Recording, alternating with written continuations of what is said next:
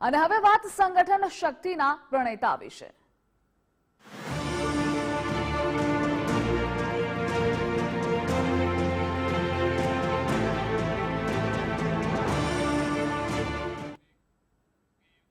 નવસારીના સાંસદ અને કેન્દ્રીય જળ શક્તિ મંત્રી સી.આર. પાટીલને પ્રદેશ અધ્યક્ષનું સુકાન સંભાળતા આજે 5 વર્ષ પૂર્ણ થયા છે।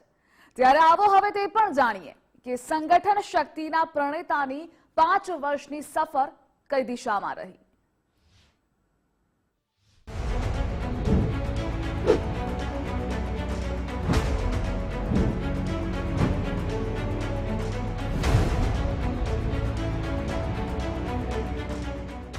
જ્યારે નેતૃત્વ વિઝન સાથે જોડાય છે ત્યારે સફળતાનો એક નવો અધ્યાય લખાય છે।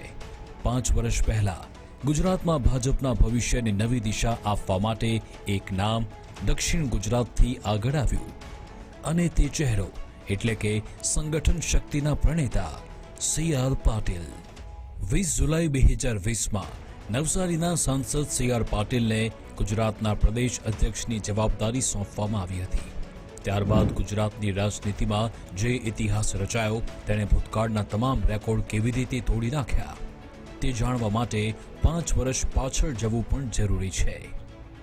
તેમણે પ્રદેશ અધ્યક્ષની કમાન સંભાળતા જ પેજ સમિતિ બનાવી અને સંગઠનને વધુ મજબૂત બનાવવાનો પ્રયાસ કર્યો, જે સફળ રહ્યો। વર્ષ 2020માં રાજ્યની 8 બેઠકો પર વિધાનસભાની ચૂંટણી યોજાઈ હતી। તમામ બેઠકો પર ભાજપનો ભગવો તેમની જ લીડરશીપ હેઠળ લહેરાયો હતો। 2021માં 125 મોરવા હડફ વિધાનસભાની પેટા ચૂંટણીમાં પણ ભાજપની ભવ્ય જીત થઈ, જેનો શ્રેય પણ તેમના જ શિરે રહ્યો। આમ જિલ્લાભરમાં સ્નેહ મિલન કાર્યક્રમ કરી સેવાહી સંગઠન અભિયાન ચલાવી વન ડે વન ડિસ્ટ્રિક્ટ કાર્યક્રમ યોજી તેમણે કાર્યકર્તાઓથી લઈ નાગરિકોના મનમાં અલગ જ જગ્યા બનાવી, જેનું ફળ તેમને 2021માં મળ્યું।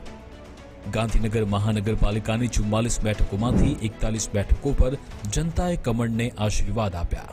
વધુમાં 2021માં કુલ 31માંથી 31 જિલ્લા પંચાયત કબજે કરી હતી, જ્યારે કે 214 તાલુકા પંચાયતમાંથી 196 તાલુકા પંચાયતમાં જીત મેળવી હતી।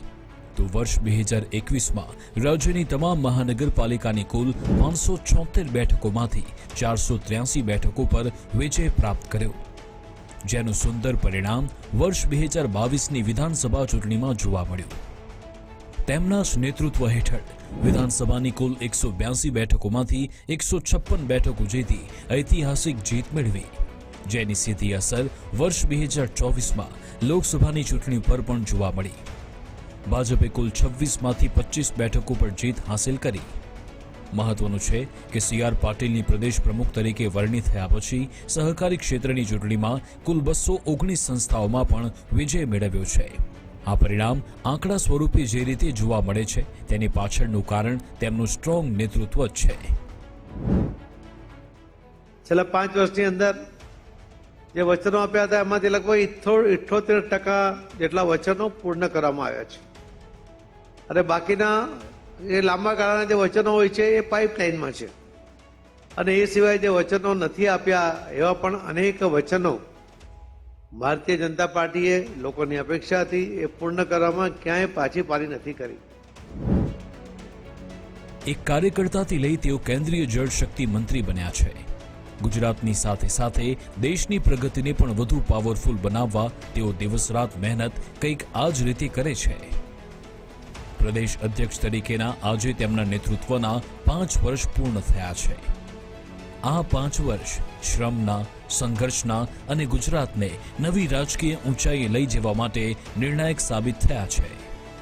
Bureau report, Gujarat first.